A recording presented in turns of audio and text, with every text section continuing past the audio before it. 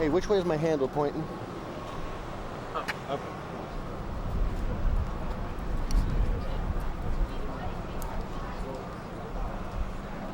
Just wanted to make sure I didn't take out somebody's eye if I turned around. I'm just holding the video here. Not video, but ours. Oh, I was wondering what you were doing, just what we talked about. Yeah, Jeez, it comes there. Oh, I'll be back. I will be back. I will be back.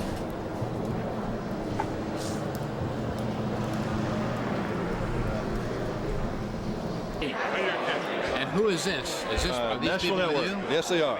Well, how do you do? This is going to be for the National Network, okay? You didn't open this park, did you? Did you do this one too? I was here for the opening of this part. In fact, at the time, I was on the board of directors of MGM that made the deal. And so I was here in a dual capacity, and then, of course, I was there at the opening in Disneyland 38 years ago. It was sad that Walt didn't really get to see this come true, isn't it? Yes, but I have a feeling he's up there someplace looking down at us and reveling, because he should be very proud of what's happened. It wasn't exactly what he had in mind, but it's so good. It's so wonderful. What do you think he had in mind for this place? Well, of course he had a duplication of Disneyland, only with things that he thought he could do better, because he always thought he could do everything better. He was a perfectionist. I've seen him shoot scenes in a film that I thought were just fine, and he had whole sets rebuilt that were destroyed. He said, no, I didn't like the way it looked. You know, the money didn't make that much difference to him. He was not a guy interested in being rich, but in doing pictures. And his original idea outside of Disney World was to have Epcot be like a permanent World's Fair, where the workmen were there. It wasn't a place like a show place, as much as a actual reproduction of an international marketplace. Well, it is that in a sense. And they're now going to build some other places like it around in some of the other areas. Did he have any idea how big a deal he was? I mean, he's like, that name is like one of the most famous names, if not the most famous name on the planet. He knew that he was important, but you never would know it by his attitude. One time I was sitting with him on a porch in his home down in Palm Springs, and his wife was looking at a show business character in the newspapers, and she turned to him and she says, well, why don't we have all the things that this man has? I won't mention his name. Rolls Royces and yachts. She wasn't unaware of what they had. He said, well, why don't you come out and look at the studio sometime and see what we have? He was a very, very, he never went to cocktail parties unless he had something specific to see. He wasn't a socializer. He came to my house for dinner because we were good friends, but he wasn't the party guy that you read about in Hollywood at all. Thank you a lot, Art. You bet. This is one of my favorite people on the planet here, ladies and gentlemen. Thank Old you. age is not for sissies, and if I make it to 45, I'm going to read his book once a day. You aren't 45? Not yet. I look it. I can't help it. I would have gathered that you were approaching 68. That's my IQ, not my neck. Well, you look great and you're acting well. And is there any money in this for me or is it a prize? Absolutely not. Thank you. We will have a parting gift for you. Jimmy Carter will lie about anything. And $1.20 on the microphone. Yeah, really. I'm gonna sit this guy. Let's see, where can we do this where it'll work? Okay. We're going. It's all right. I think you're the only person I've ever interviewed that had their own watch with their face on it. Well, I'll tell you how that happened. My wife, who was sitting right across the way from me here, had that made. You know, you see the face on there? Yeah. Have you ever heard of Hirschfield? Yeah. He did all the marvelous caricatures. He did that of me. And my wife had the watch made for me. And this way, I can always remember who I am by seeing my name there. If somebody says, who are you? I don't have to say, wait a minute. Oh, yeah. That's very important. Yeah, I know. We're doing a series on comedians and comedy. It's always tough to talk about comedy because I think there's nothing more boring in the world, really, than talking about comedy. But what makes... I think the big problem is trying to dissect it. Yeah. Like it's either funny or it isn't funny. You know, and people say, oh, I can't stand slapstick. Some guy will go by and slip on a banana peel and they'll get hysterical. So people don't believe what they say. And people like to put down that kind of comedy, but I see people, they love pie in the face and slip down and a man wearing a woman's dress and that kind of thing. But they love that. Can I tell you something? I lecture on comedy at UCLA, at comedy writing. And I must tell you that some of the kids get great ideas, but they need guidance. We got a lot of young, very talented young kids who are coming along, but they do need guidance. For instance, they'd come to me and they'd have 5 jokes on a page, and they think they had 5 different jokes. But because they changed the name of the locale, they thought it was the same darn joke, all 5 of them. We're just straightening them out, is all that'll happen. Another thing that I object to heartily is the use of dirty words. Just was not my bowl of wax. What about Eddie Murphy then? He's obviously a funny man, but he thinks he has to say nasty words in order to be funny. That's sad. I think he thinks he knows that he doesn't have to. He just, like some of these kids, I say, why do you put down dirty words? It's a shock value. I said, you're crazy. Shock value died with Lenny Bruce years ago. You don't have to tell these people what these dirty words mean. They've all been there before. If you're doing a dock worker or some bum, and he says it, that's permissible in a show. But for no reason at all, I say to these kids, you want to learn comedy?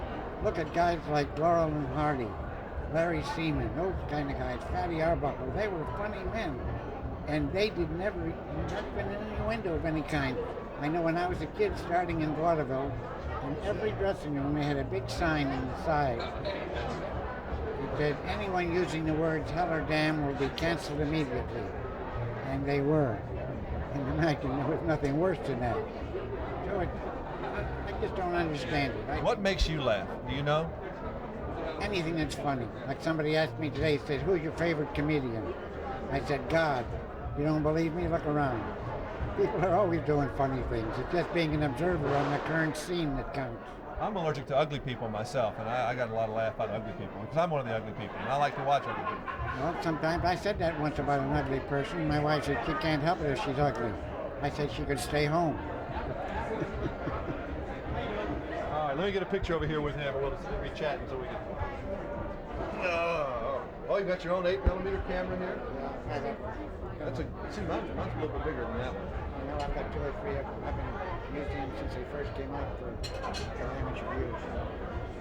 You still amazed that Dick Van Dyke's still on the air every day? I'm still amazed at the telephone thing exists. You know, when we met, people say to me, do you have an idea like this would remain a perennial, go on? I've seen myself in 7 different languages in different countries. And people laugh in the same places, in the right places, they react in the right places, so we must have been doing something right. However, none of us ever realized the show would go on and on and on. You realize it's been 25 years since we've done that show? No, I was much smaller than I am now. Me too, and it's a role model though for good, clean, funny comedy. Just don't come Classic around. comedy, that's right. Very little of it running around nowadays. Carl Reiner, he's still funny. I was with him not long ago. He still makes me laugh. Carl Reiner is a brilliant man. He's a fine writer.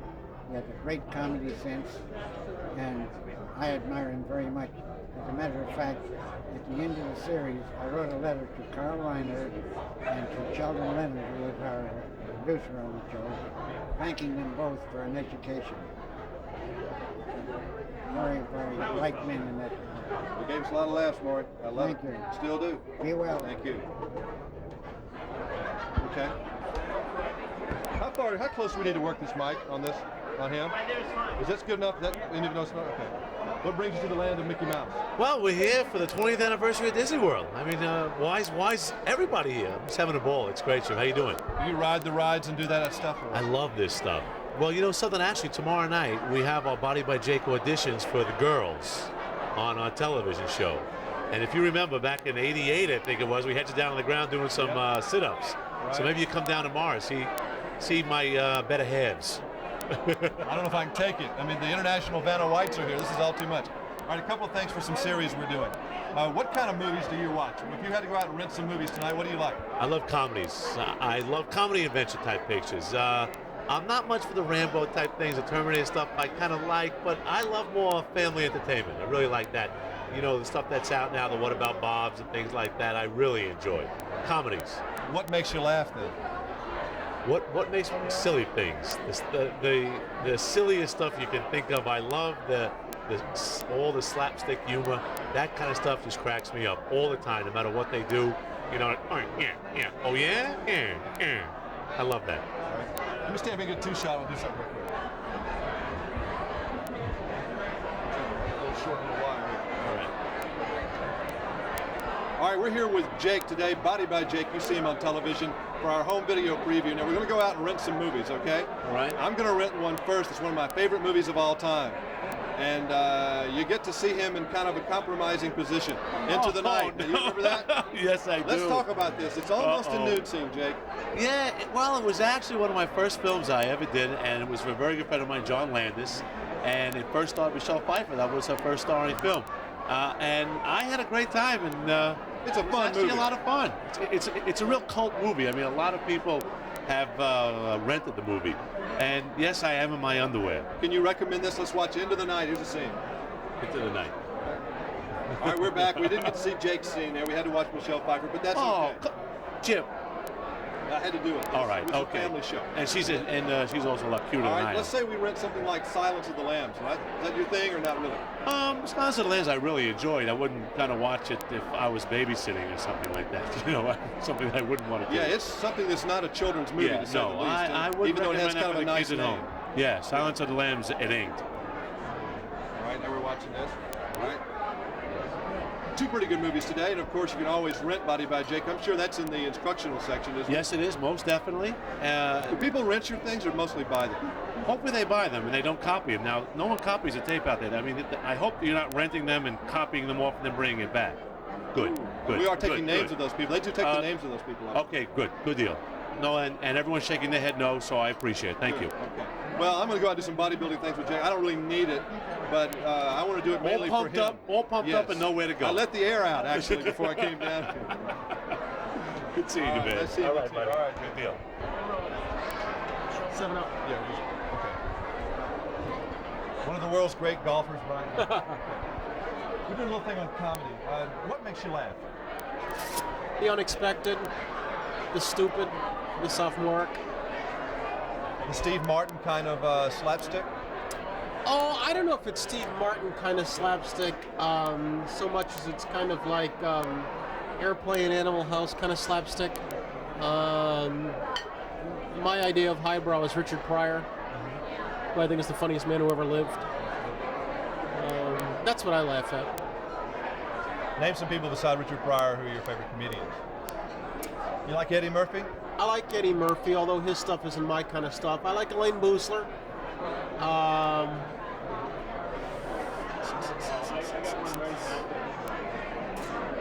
like Dana Carvey. I used to like, actually, Shelley Berman back in the old days, just like Bob Newhart's routines. People like Jack Benny and people like that. Words. That's out of my. No, that's not really my realm. Not my kind of shtick. I mean, if I drop back to the old days, I guess I'd reach back to the Newhart and Berman days, and a little bit of Stan Freberg, people who played with words, people like that. And then if you moved it down the line, George Carlin, I enjoyed. And now in the present tense, I enjoyed.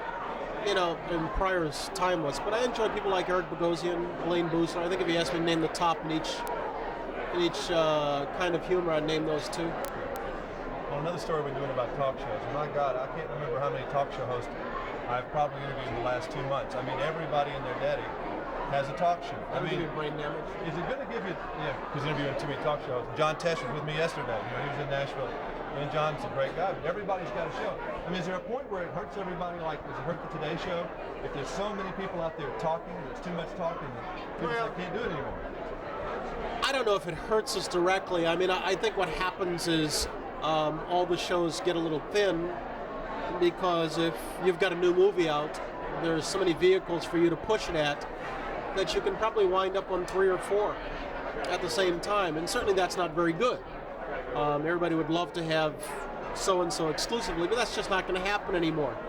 I think all you can ever do is worry about your own product and try to do it as well as you can, and chips fall where they may. I mean, we've been on 40 years now. We're not about to worry about anybody else.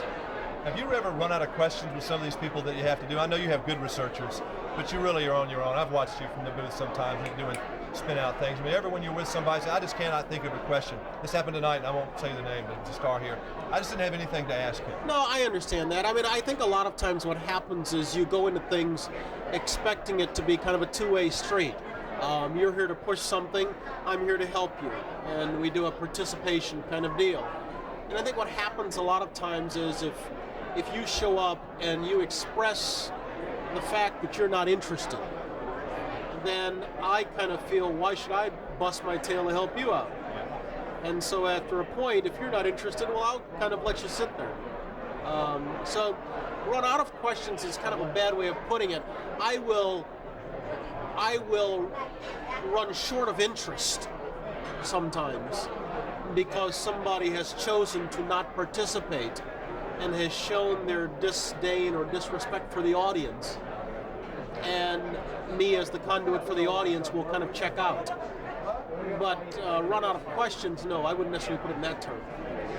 Is it easier for you to talk about politics on the show? As that's really more of a brainstorming. There are no real correct answers to it. Does it lend itself to being more creative as far as what you can talk about, as opposed to the star interview? I think probably so. I mean, I think that's true. I think the star interview, there are always X number of things that you have to get to. There are only X number of things the public cares about. Whereas with a political interview, while it's fraught with a zillion minefields, you're right. There are no correct answers, and everything can lead to a discussion. And so it's probably a lot more invigorating. But I never thought of it that way. I guess because in our line of work, we're not necessarily expected to be experts in any one thing. You're expected to be conversant in something for a limited amount of time. And see, you look so good to have gotten up probably yesterday at 3:30. Obviously, this doesn't bother you still. I know you get the question periodically, but at some point, it's got to wear down. Is it still easy to get up? I look like hell for 18. I thought he thought I was 60. No, I think sleep's terribly overrated. It doesn't bother me a whole lot. I go to bed about midnight. I get up at 4. I don't take any special credit for it. It just happens. Terminator, ladies and gentlemen, you've seen him. Give me a 2-shot and we're done. Your dad doesn't need sleep, is that right? You need sleep. These are my sleepyheads. This one will sleep till noon if I let her. If I let her, she'll sleep till noon. He jumps up early. He's okay.